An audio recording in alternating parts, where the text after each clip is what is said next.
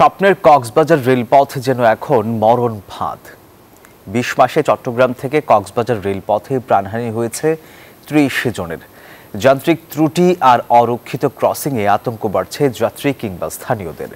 চলন্ত ট্রেনের বাফার ভাঙা, বগি বিচ্ছিন্নতা এবং অরক্ষিত লেভেল ক্রসিংয়ের কারণে দুর্ঘটনা বারবার ঘটছে। পটিয়ার রেল স্টেশন মাস্টার বলছেন, নিম্নমানের যন্ত্রাংশের কারণেই বাফার ভাঙা, বগি বিচ্ছিন্নতার ঘটনা ঘটছে। রতন দাসের ছবিতে চট্টগ্রাম থেকে নয়ন বড়ুয়া জয়ের রিপোর্টে বিস্তারিত। চট্টগ্রাম থেকে কক্সবাজার পর্যন্ত ১০২ কিলোমিটার এই রেলপথে দূরত্ব।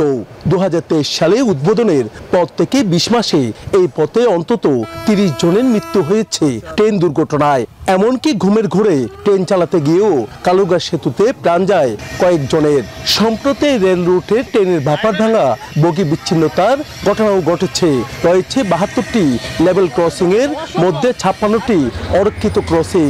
তাই এই সবটি রেল সড়ক এখন যাত্রী কিংবা স্থানীয়দের আতঙ্কের নাম। বান্ডেল থাকলে প্রতি সেনমানিতে টাকা বাঁচবে। বিকাশ সেনমানি বান্ডেল কিনে জিতুন প্রতি লেনদেনে।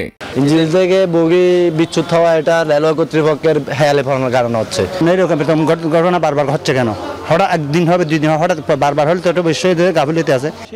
তবে রেল সড়কে বড় দুর্ঘটনা বারবার ঘটছে, অথচ সুনির্দিষ্ট তদন্ত বা স্থায়ী সমাধান হয়নি। কারণ সমস্যার মূলে রয়েছে রক্ষণাবেক্ষণের ঘাটতি এবং ক্ষতিগ্রস্ত যন্ত্রাংশের পুনঃব্যবহার। পটিয়া স্টেশন মাস্টারও বলেন, নিম্নমানের যন্ত্রাংশের কারণে ভেঙে পড়ছে চলন্ত ট্রেনের বাফার সহ বিচ্ছিন্ন হচ্ছে ইঞ্জিন থেকে বগি।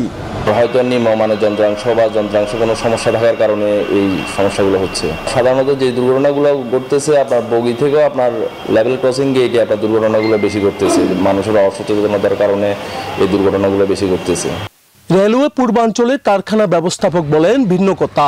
সাধারণত এটা হওয়ার কথা না, তারপর অনেক সময় ম্যাটেরিয়াল ফেলিওরের কারণে হতে পারে। আর অনেক সময় আমাদের বিভিন্ন প্রান্তিক স্টেশনগুলোতে তারা যখন হুক লাগায়, সেক্ষেত্রে অনেক সময় ফল্টি কানেকশনের কারণে হতে পারে।